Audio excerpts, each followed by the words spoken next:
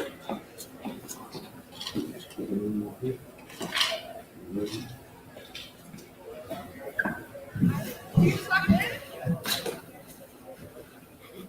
right. So today my topic is bridging the gap, communication, and cannabis production. My name is Lou Waryanka. We're going to do a quick overview of some of the subjects I'm going to be covering in today's presentation. The heart of the business, getting to really find out what it is the business actually does and the core functions of the business, understanding your production system through and through, understanding who the different key players are in the business and what their different goals are, and also why those key players communicate, why that's important. Going over what do we communicate within the cannabis production business, what can result as a lack of communication or not enough. So a little bit about me to start off. I grew up southeast of Pittsburgh, Pennsylvania, pretty rural area, a bunch of farms, corn, soybeans, and it probably had an impact on me developing a green thumb growing up and being an avid gardener. Always, every summer planting a garden and doing everything that goes with that, watering it, and really being a nature lover. I love to go out in the woods for hikes and things like that. I'm currently living back in Pittsburgh. I went to the Penn State University. I got a degree in agricultural science. I really liked that degree because it gave me an opportunity to take a bunch of classes through the different areas of agriculture, the different sectors, from horticulture to agronomy to sustainable organic production. I have a minor in agribusiness management as well as entrepreneurship and innovation, focusing on food and bio-innovation. And so far, after graduating from Penn State, I moved out to Sacramento, California, and I started working at a cultivation startup company there. Kind of just started at the bottom and worked my way up to the director of cultivation. I eventually oversaw 2 different facilities, and through that time, we were able to go from 45, 50 grams a square foot a yield with kind of poor quality to consistently hitting 80 to 90 grams a square foot with some of the best quality I think was coming out of California. It really helped diversify ourselves and give us an advantage in the market. And after I decided to move back from Sacramento back to Pittsburgh, be around family and friends, I found a role with Council Collective Consulting, which I'm really excited for this opportunity because it's going to allow me to help other growers and other people in the business, in the industry, because it can be very taxing and stressful whenever you're going through those really big, hard times when you're in the trenches and trying to get to that next level of cultivation, or even there's a problem going on like pathogen or pest outbreak, and you're just trying to get to the other side of that. I'm really excited to be able to help people get to those points faster and help alleviate any problems that they're experiencing. So we're going to dive right into the heart of the business, and that's really figuring out what the business actually does. What is the core function? What are we putting all of our resources, time, money into a majority of? And that's typically growing cannabis. Whenever we have a cannabis production company, the main thing that we're doing is growing cannabis. And although you may think, selling cannabis is the most important thing because that's how we get our revenue, how we get our money, you're kind of thinking one step ahead because the first thing we have to do is grow it first, right? And so when we look inside this heart of the business, we really need to understand, what it is actually going on and how does that relate to the rest of the functions of the key players in the business. And so I like to use an analogy whenever you're looking at a typical, company in any other industry that produces something to take to market. And we can call it a widget. We make widgets and we sell them to people that buy widgets. It's pretty straightforward. Usually you have some kind of production machine, widget making machine that has X amount of output per hour, and it takes 2 people to run it, and you run it for 8 hours a day. And so that really gives you it's really easy to be able to forecast your business and say, hey, we're going to be able to have this amount of output, be able to make this amount of revenue in this amount of time. And it's also easy to be able to expand. I'm going to save up to buy this another widget making machine to be able to double our output and go from there. But with cannabis, it really isn't that straightforward because the machine that you use to make a widget, and it's very mechanical and straightforward, we're using living machines. Plants are basically living machines, and that's how you should look at them. And what comes with that is growing cannabis becomes very variable. There's a lot of factors that go into those living machines.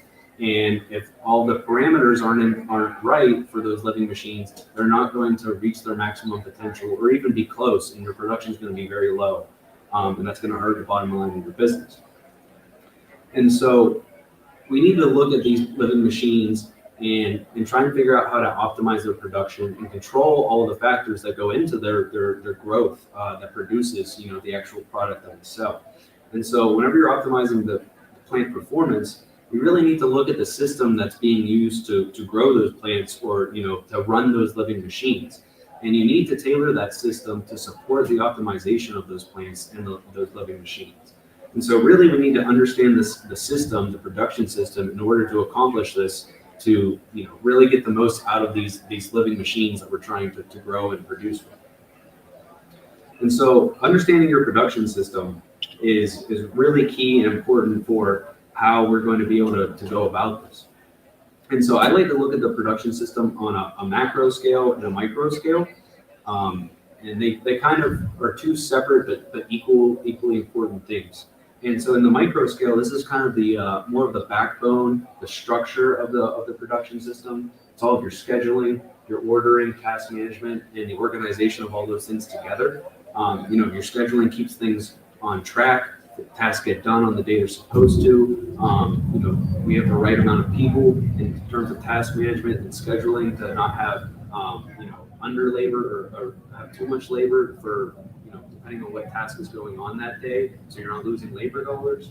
And making sure that your purchasing, ordering, inventory is always on track, so you never run out of supplies. You never have money sitting there too long in terms of supplies that isn't going to be making you money. And so then whenever we look at the micro scale, I think that this is a little bit more detail oriented, and not that there aren't details in the macro scale. Sorry about that. But it's a lot more specific, and this is more like on the plant side of things. And this includes your standard operating procedures, the exact way for you to do tasks and your employees to implement tasks, being data driven, taking data on throughout the production cycle to be able to make informed decisions on whether strategies or techniques are hurting or helping you in your overall production, and being able to just take data on how you do things and being able to see if there's areas for improvement or things are lacking. Having a plants first mentality, realizing that all of these things, all these factors that go into our production system, they affect the plants in one way or another. And that the details really matter. And we have these SOPs that are developed a certain way to perform tasks a certain way, so that we have a specified outcome that we know is going to happen when we do it a certain way. And so if there's any variance of that, and somebody's not following the details and planting plants not exactly straight or what have you, that's going to lead to a different outcome than what is desired. And so all these things are in place for a reason. They were developed for a reason. They need to be followed to maintain consistency. And so we're going to dive into the key players. And first up is what I like to call the keepers.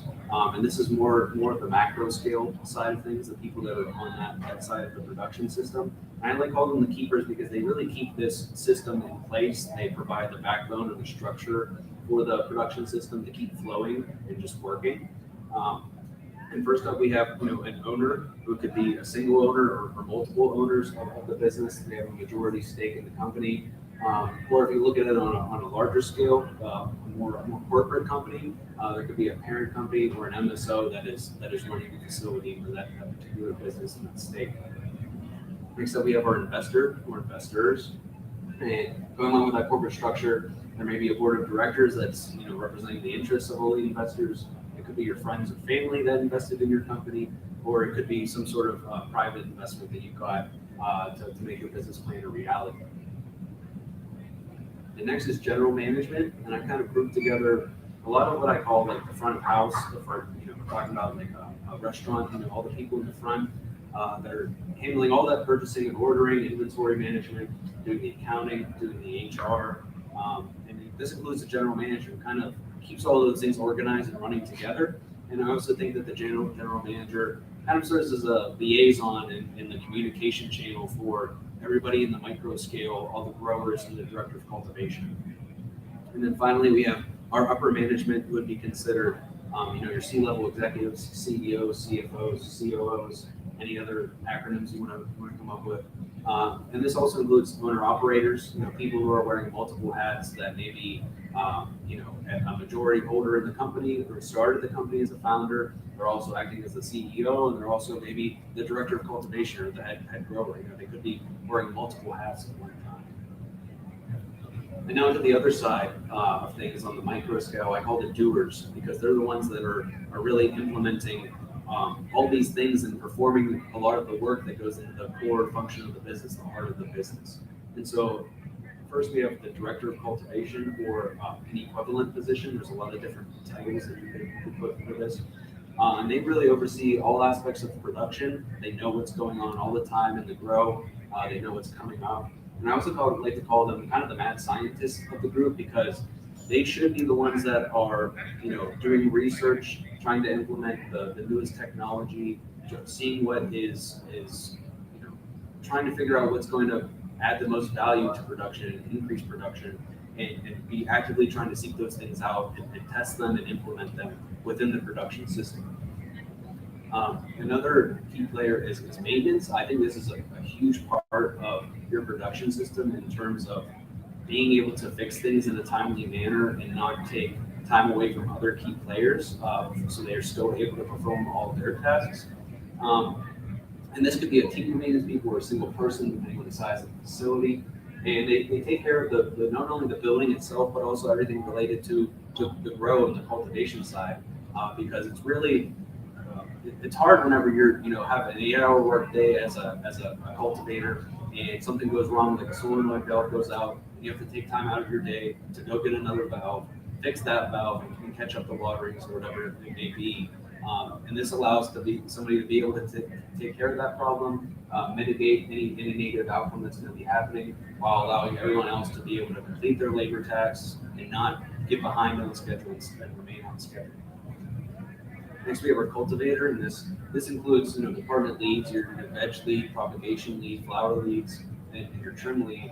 And then you have under them all the different cultivators, flower techs, whatever you want to call them, as well as laborers. If you need to bring in a push crew for extra labor on really labor-intensive days like harvest turnarounds, or de-leaf events, those people are part of your production system and need to understand how the role that they play, and that they need to follow the SOPs in the ways that everybody else is doing things to maintain consistency in production. And finally, we have our trim and post-harvest. And I think this is a huge key aspect of production, because like many other people have said, if you can do everything right throughout that whole entire roast cycle, but then if you don't dry it and cure it right after that harvest day, you could be losing out on not only money and revenue, but also your reputation, because if things aren't up to quality standards, you're probably going to be not getting as many sales. You're going to be losing value in the market. And this goes along with your trimming job as well. If your trimmers are being too rough, and a lot of your product is getting broken off, that's money down the drain too. So being able to communicate to all these different key players is really important. And so next we have, why should we communicate? Why would all these key players communicate to each other? And what does that look like? And so there's multiple ways to communicate. It could be an email blast throughout the company. It could be an email blast to specific departments with people that need to know that information, while not blowing up a bunch of other people with things that they don't need to know. Really, if this fosters relationships between all these key players, because if we're all talking and then able to communicate to each other about good things and bad things or whatever it may be, that keeps everybody in the same boat, and we all know what's going on, so we can move forward together as a team. This creates transparency for the company when you implement communication. And really the big thing that I think about here is kind of top down, when those key players on the macro side, the keepers, are establishing the visions and the vision for the company, the goals for the company to achieve, and communicating that throughout the rest of the company, it allows everybody to kind of see that vision and see where we're trying to get to and be able to come together as a team and work towards that rather than kind of being left in the dark and not exactly knowing what we're trying to achieve, right? It's really hard to get somewhere whenever you don't know where you're going, is what I like to say. And so exactly everyone sees the vision and they can come together to achieve that vision, and they can help problem solve a lot better when they realize and know where we're trying to be. And there's going to be roadblocks along the way, but if everybody can communicate about how to find solutions to those roadblocks or problems while trying to get to that goal, it fosters quicker achievement of that goal usually, but also keeps everybody tied together and working together as a team. And next, I have a kind of a visualization for this communication channel and how it flows. So we have the owners and investors, and I kind of put them on an equal level, and of course they communicate with each other. And then next, there's the upper management. They're usually channeling a lot of that communication and that information to the people, C-level executives or whoever it may be. And then the general management, that communication is distributed from the general management to the director of cultivation, who then disseminates that information down to the cultivator and performing the labor. Now, the whole time we need to be seeing communication down this chain and also up this chain.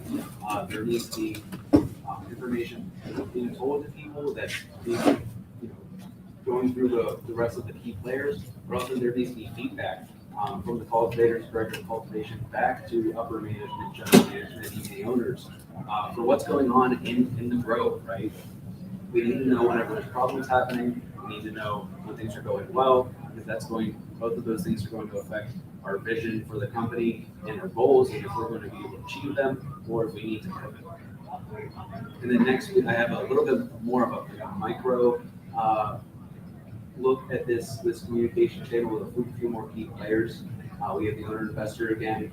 Now we have our C-level executives, and then we have our general management with this flow of information down to them, and it culminates at the director of cultivation and the general manager, who really need to be communicating a lot of the time, because they're kind of the liaisons between these two different sides of the production system.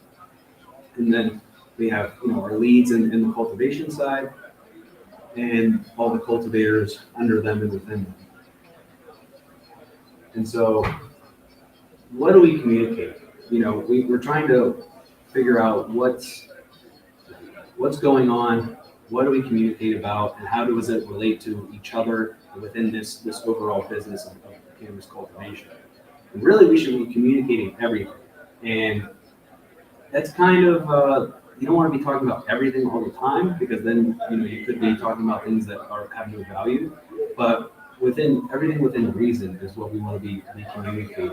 And so, somebody that's a cultivator probably isn't going to be talking to somebody in accounting just for the hell of it. But if there's a reason for them to be talking to them, then that's when that communication can happen.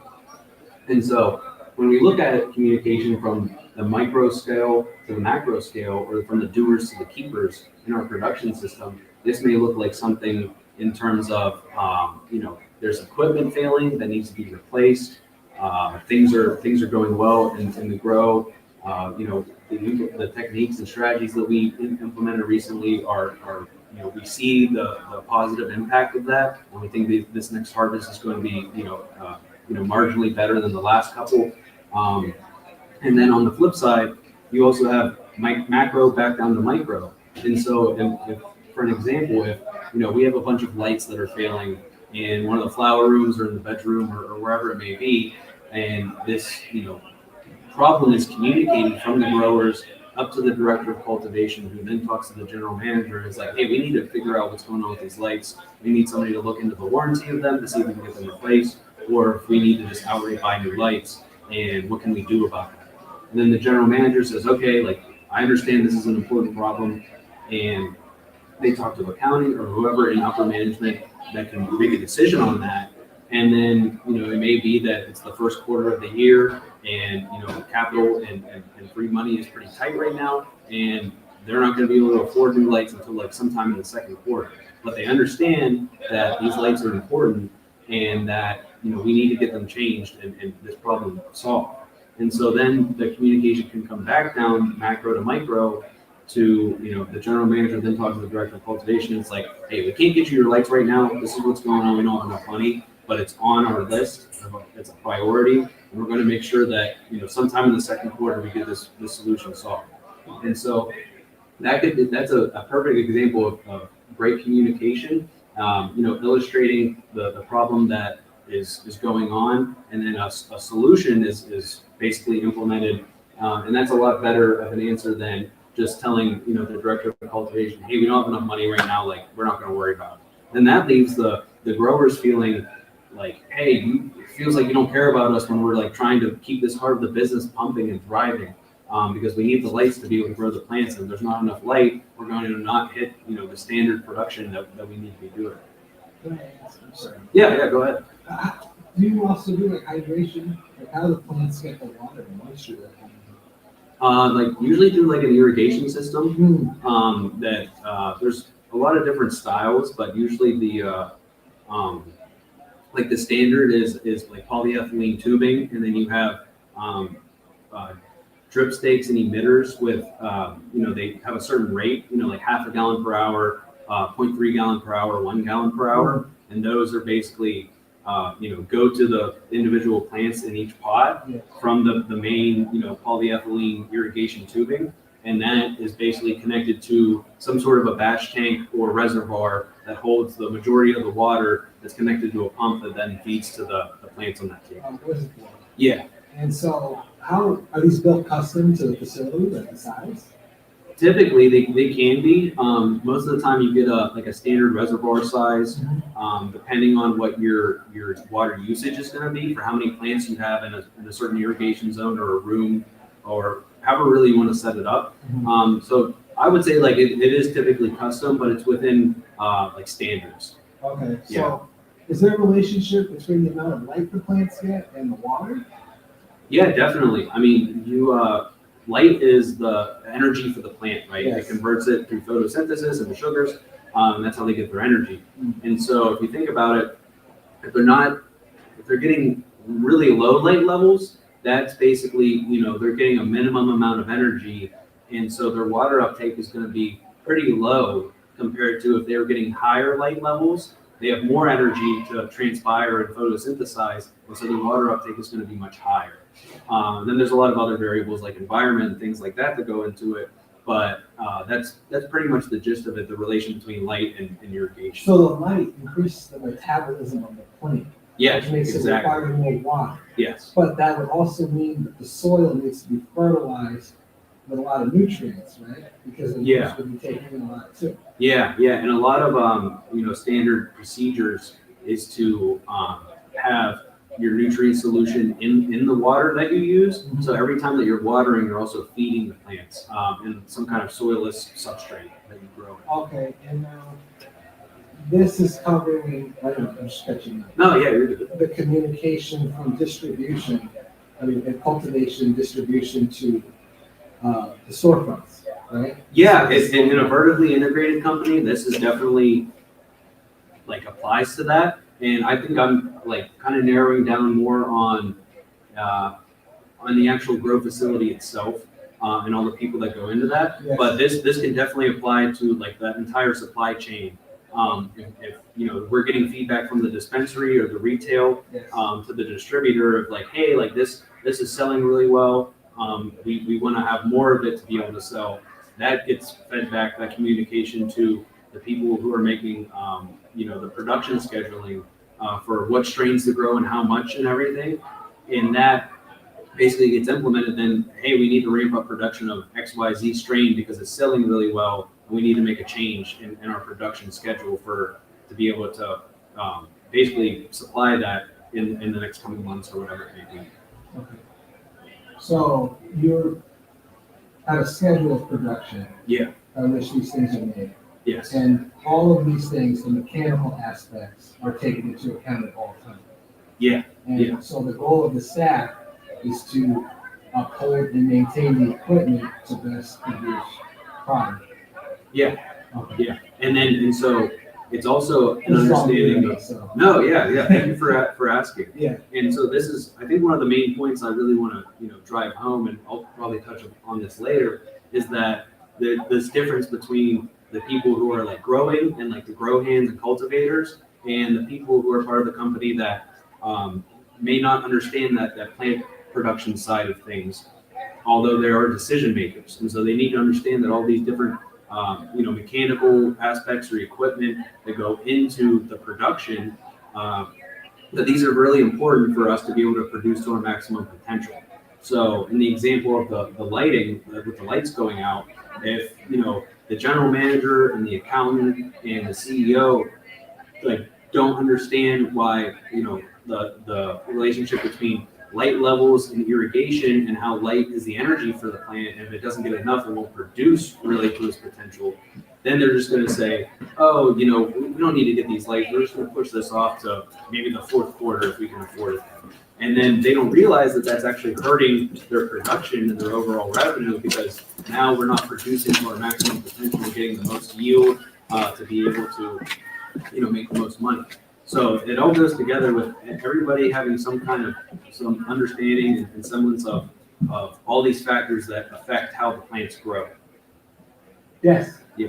Right, and that's important, because the better the lead, the better product, Yeah, more profit, exactly. Yes. And so having everybody understand that and be able to communicate about it, and about all the problems or all the good things that are going on is really important. So, let's say you sell out a product that you're growing. Are you able to partner with other, I would say manufacturers, but growers, to source from them, right? It would probably be, that would be more on the retail side, Right. to where they would need to get that supply to keep up with the demand. Yeah, but it's on the cultivation side, that's great if you're selling out because you have a high demand, Yes. and it's better to have people waiting to buy more and kind of create that scarcity and that demand, than kind of sitting on product and it not being able to sell, and then you basically have money just sitting there that you're losing out I see. on. Moving forward with what to communicate, it's the good and the bad. You want to talk about everything, and so it's really nice to talk about when things are going well, or that we hit a record harvest, or new techniques that we implemented, or we're seeing marginal positive increases. We also want to be talking about the bad stuff, because the quicker that you bring a problem up, allows more time for a solution to be figured out, and for that problem to be solved.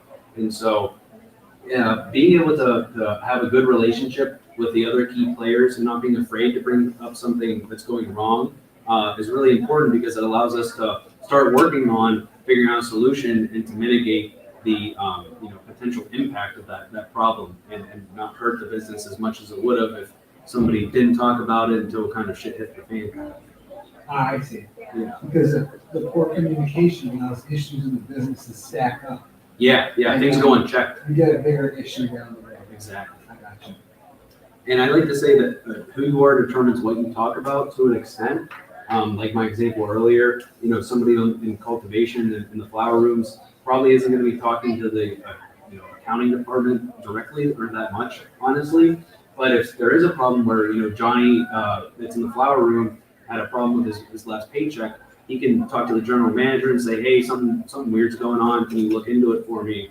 General manager talks to the accountant figures it out. They go back to Johnny, hey, it's figured out. We're gonna, it'll be fine moving forward. But if there wasn't that communication channel there, Johnny would have to stop the task that he's doing, go to the accounting office, wherever it may be, sit down to the accountant, say, hey, this is what's going on. Sit there while the accountant, tries to figure out in payroll what happened, and then Johnny just kind of not wasted an hour because he found the solution to the problem, but now he's going to be behind on his task, and he may not be able to get all of his labor done that day, and now we're behind schedule.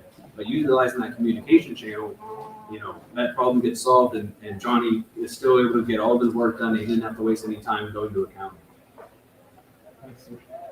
What's about efficiency? Yes, it increases your efficiency of your business as well. And so a lack of communication or having no communication, hopefully that's not going on, but nobody has a roadmap to reach that ultimate goal. Everybody's kind of just wondering, how do we get there, or just trying to keep the status quo going and not getting better is really the ultimate goal. Lack of communication really breeds inconsistencies on multiple levels. So between plants, there can be inconsistencies, which can lead to inconsistent harvests or yields.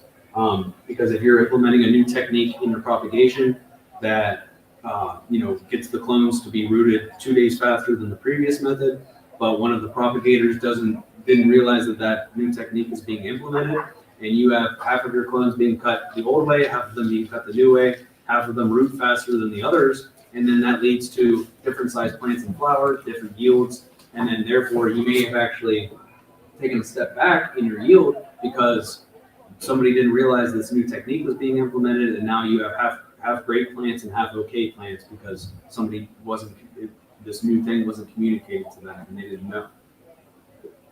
This is a non-traditional industry in terms of hiring practices.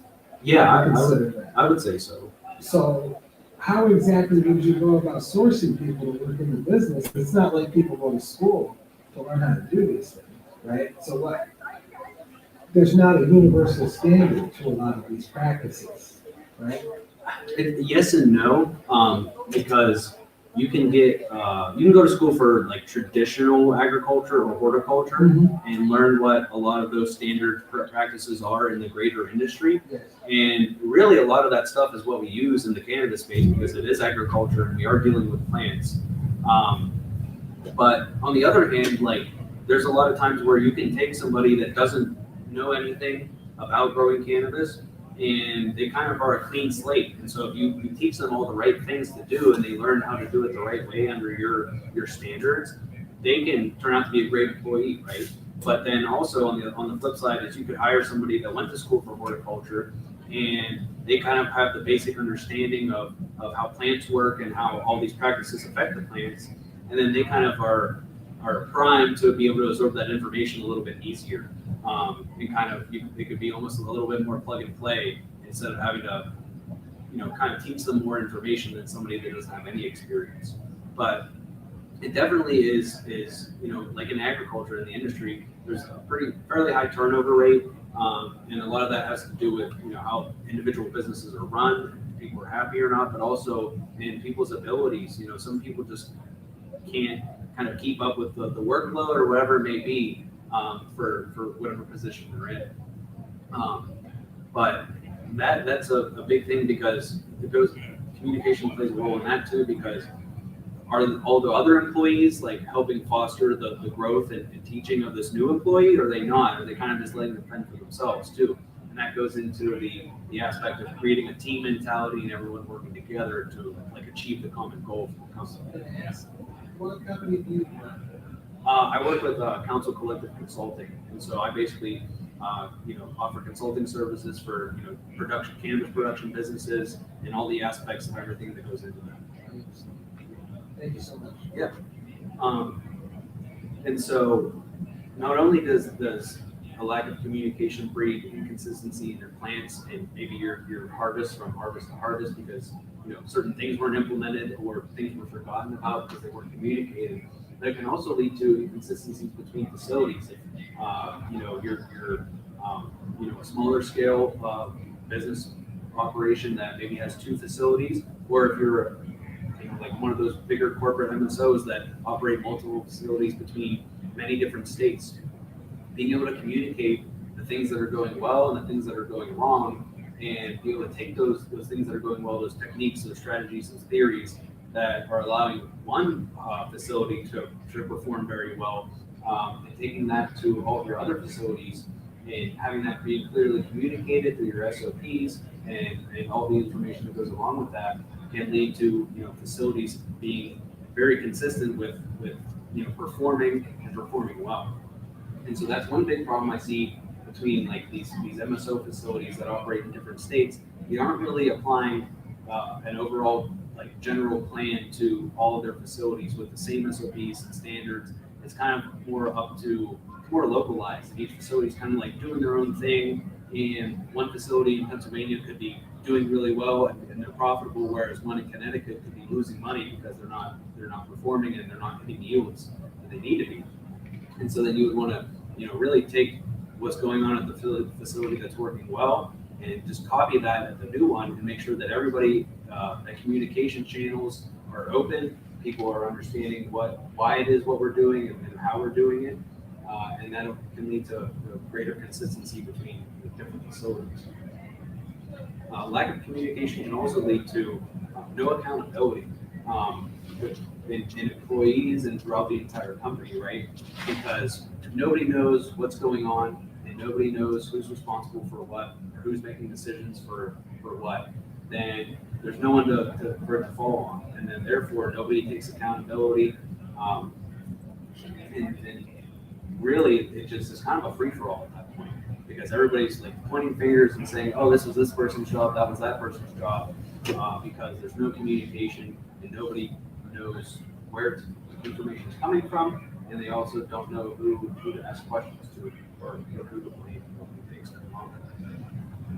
And key players also don't see the vision. Once again, having your employees and all these key players bought into the goals of the company, where the company needs to go, and what we need to achieve to get there is of the utmost importance, because that fosters that team mentality and it helps them establish an identity too. They're kind of bought into this. Things aren't going well right now, but we're going to make them better.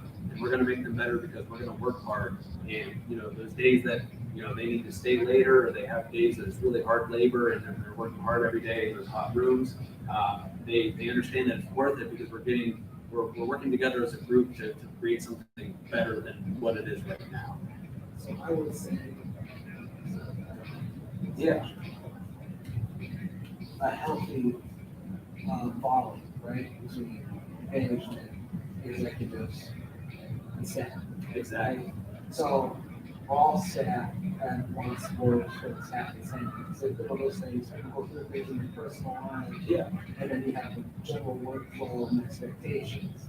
But having a healthy reward system set up with milestones along the way to help break up the larger picture also helps too. Yeah, and I think that one of the best models for a successful company to really, keep all their key players bought into that vision is, a profit distribution in some form of a bonus structure or something. And it's where if we're hitting these numbers, everybody gets a bonus every round or something, and that really keeps everybody motivated to, hey, we don't just want to be getting by because this is our job and we just want to go home. We want to be the best we can be because now we're a part of the company and we share in the success of the company. And that's it's starting to get implemented more. And I think that's a really great system and model for having your employees really buy into that vision and feel like they're one with the company. And so in conclusion, I just want to have some take-home points I want to drive home. So know your core business functions intimately, and that goes for all the key players, no matter what side of the production system they're on or a keeper or a doer. And who you are kind of dictates what extent you know and how intimate you know the business functions. But everybody needs to at least understand the basics and the baseline of, that lights are important, that the HVAC system is important, and all these things that contribute to the successful growth of the plants and these living machines we're trying to optimize the output. To be growth focused, that once again, all these factors go into the success of the plant's growth, and that everything we do affects the plants one way or another, whether it's scheduling, whether it's ordering, all those things play a role in the people that are touching those plants, and having the supplies to be able to grow those plants, and just knowing that the entire company, everything we do is first and foremost about those plants. Recognize the key players and their communication rules. Just recognize that each person has a responsibility, and although they may be different, it's just as important as the next one, as the next person that you play. And that those communication rules and channels are the utmost importance, because you need to keep those things open and moving, and be fostering that communication to allow for all these good things that can come from communication.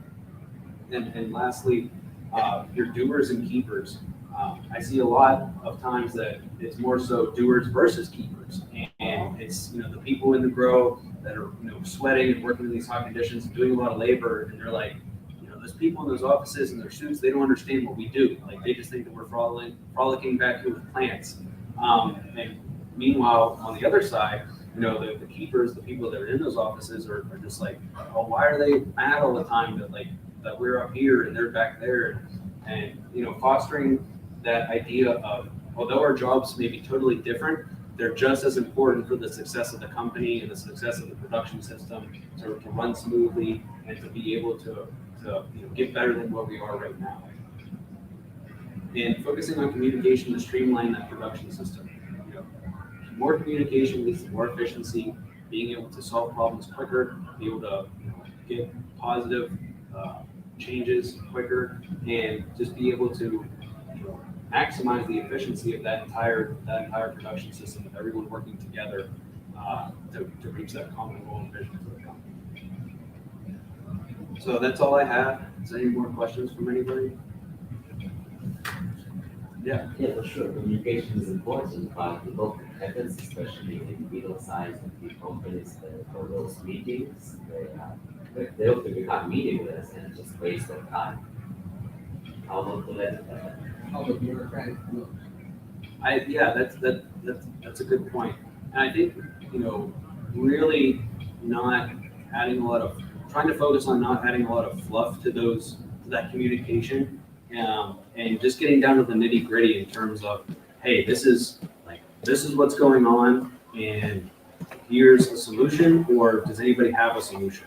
Or when it comes to communicating information and going through that communication channel or that chain, just making sure that everybody understands is the other thing, because that's one key part of communication is you could be talking to someone, but then they also have to take what you're saying in that information and almost decode it in a way for them to understand. So making sure that your communication is being clear and double checking in a way that those people that you're communicating to are understanding.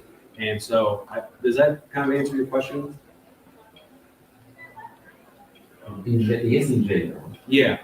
More particular. Yeah, I think it would depend on, situationally, like maybe what are the actual reasons for certain circumstances that, those meetings just turn into kind of meaningless group, get-togethers, and trying to identify like the actual reasons that's happening and trying to fix that. So maybe if you're having a really large company meeting and you're not garnering the attention of a majority of those employees and not really listening, maybe a solution there is to have smaller meetings in teams and maybe departments that can be more of a one-on-one, not necessarily one-on-one, but somebody that's communicating to a smaller group that you can, that's 10 or 15 people that you can really say, okay, is everybody paying attention, and are you listening to me, and are you understanding what I'm saying? Instead of maybe, talking to 100 people at once, it's the CEO or something, and everybody's just on their phones or whatever it may be. That's my opinion. In your experience, do you see maybe a knowledge gap between the people in upper management or maybe C-level executives? Maybe they don't understand the process of the cultivators, the growers, the trimmers. They don't understand the process because maybe they didn't start there and work their way up. Maybe they're business savvy. They popped in right at the top. They just don't understand the process. If you think there's a gap there. Yeah, absolutely. And that's a lot of kind of what I see with a lot of those, bigger MSOs, multi-state operators that have a CEO that came in from some other industry. It wasn't even agriculture, right? And now they're overseeing this company that operates in multiple states, but they don't really understand that heart of the business of, what are we actually doing? We're growing. And that's why, being able to have that knowledge and that baseline understanding of at least like the important factors that go into the growth of these living machines that we're trying to optimize, that's really important. And so, yeah, there is that knowledge gap. And that's why focusing on communicating between those two sides, the doers expressing why things are important to the keepers, and then the keepers also, I think because the knowledge gap goes both ways.